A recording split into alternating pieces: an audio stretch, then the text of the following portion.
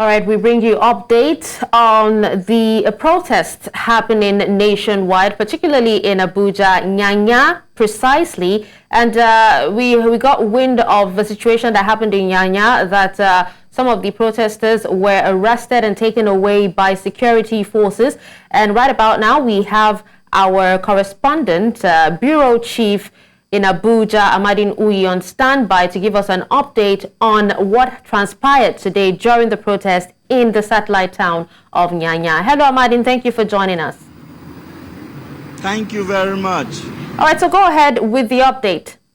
What exactly happened? Okay, we had thought that we had seen an end to protests within the federal capital. I'm standing at the heart of town, and activities have resumed and kicked back to normal. But we heard earlier on today that there was a protest by some protests at Nyanya as part of the end bad governance protest. Before we could mobilize, we heard that they were accosted by security operatives and several of their members were arrested. But fortunately, I have one of the protesters here, John Emmanuel, so we'll just have a brief chat with him. Now, John, can you just give us an update, just a summary of what transpired earlier today at the Nyanya area? Yes, sir.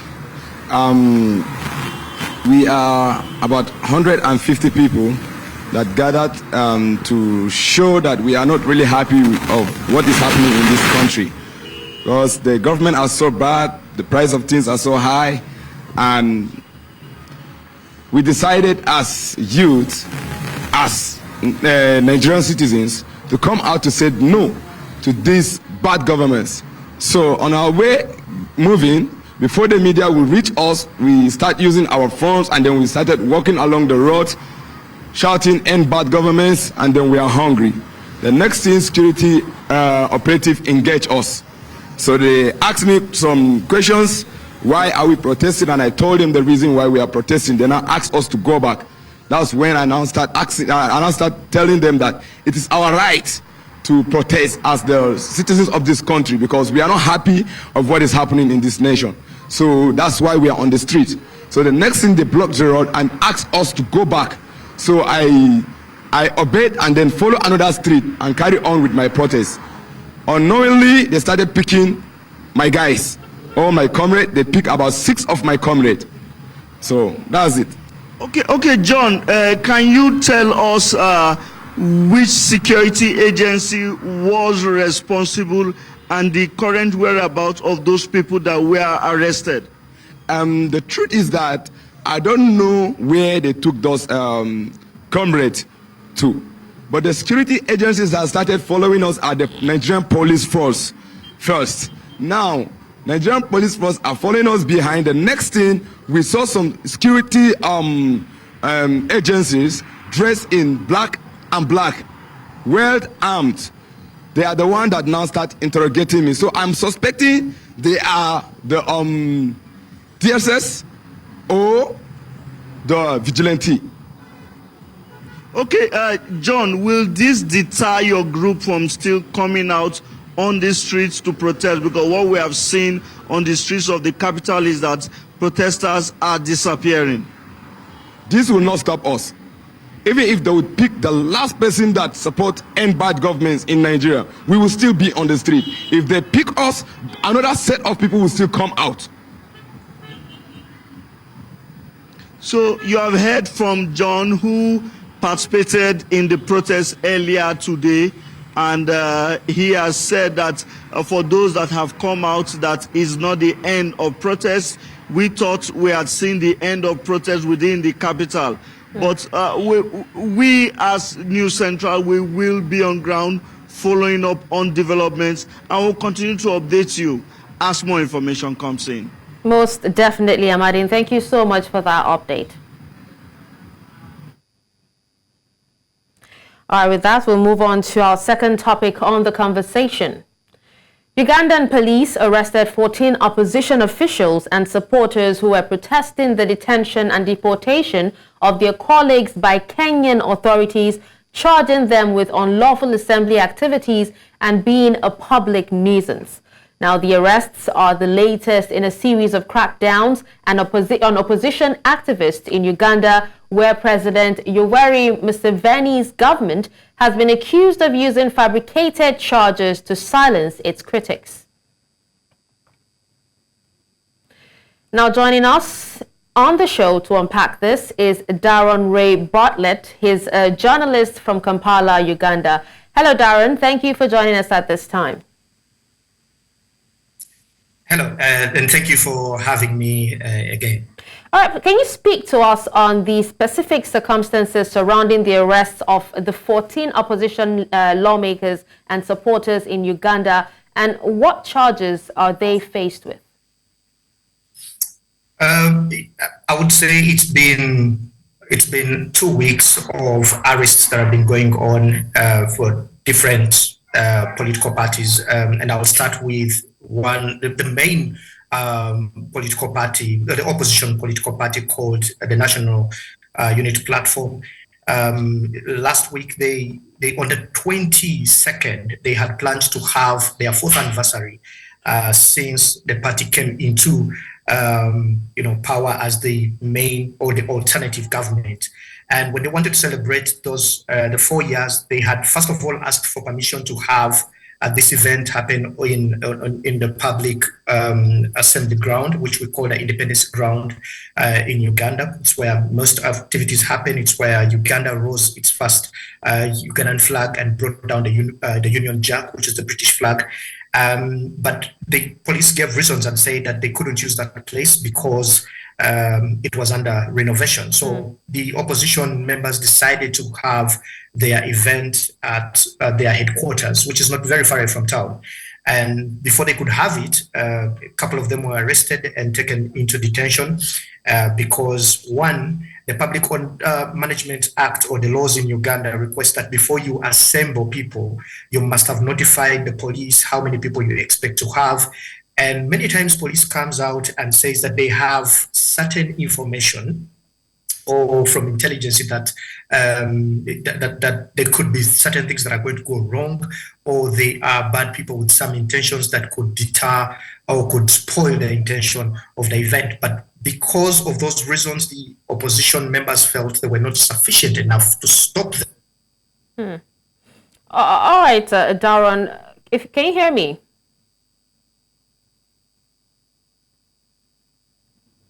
Hello, Darren. Can you hear me? I can hear you. All right, we lost you there for a minute. Sorry about that. All right, so yeah. Just before you go ahead, now these crackdowns, have been one too many. It's been happening a lot over the past few weeks. What do you think are the long-term consequences, of these crackdowns, especially on opposition and its supporters, for Uganda's political stability and also its democratic development? It's going to be a very long journey, to be very honest, because we are getting into a season where the political climate is going to go up because elections will be happening in less than 14 months. 14 months. The roadmap is already up, so we expect political parties to go and mobilize, try to create a fan base or supporters or recruit people who, could believe into their manifesto and see them getting into different positions of power. But the problem here is that there are now different protests that are happening one after the other. Whereas they were arresting the members of parliament from the members of NUP, the youths were also on the street protesting against corruption. And this one, they wanted to march to parliament. Those two are being arrested, and it's alleged the government comes out and puts statements such as they have information that these youths are being funded. So those two are arrested. And what happens? The opposition joins them. And then we also had last week on Tuesday where another political party had its members go to Kenya. According to them, they had gone to do a leadership training. They were arrested in Kenya and, deported back to Uganda. And what happens? The leadership of that party also decides to go on streets, which was happening this Monday. They were also arrested and also put to jail. And guess what? The charges placed on them are very different. For the members of parliament is they are they are becoming a public nuisance. That is a law.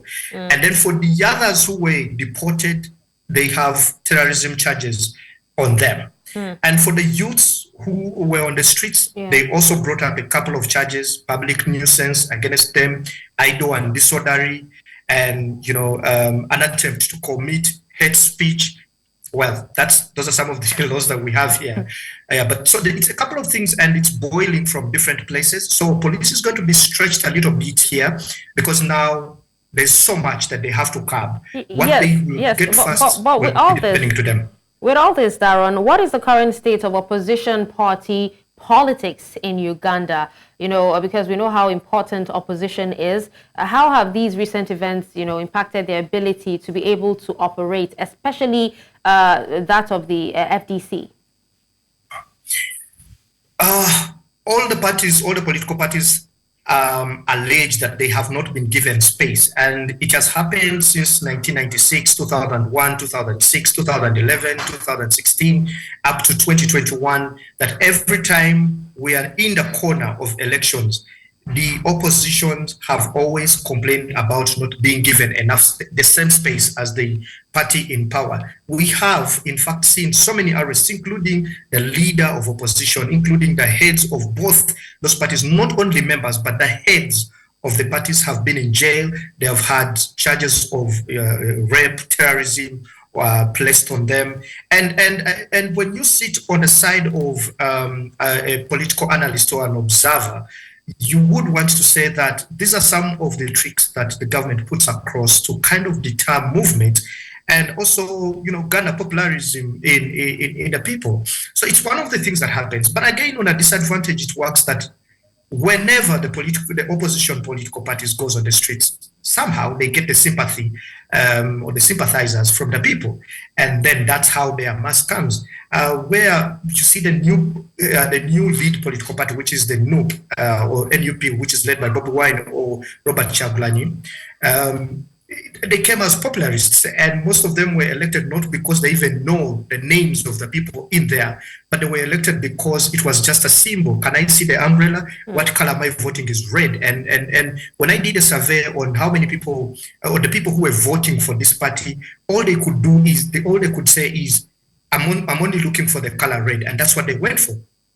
But when it comes to, say, for example, the poster that you've put up, now that has become a platform where the members of opposition are now just using it, because this is something that was started by the youth. The March to Parliament Against Corruption is something started by the youth, reflecting on what happened in Kenya.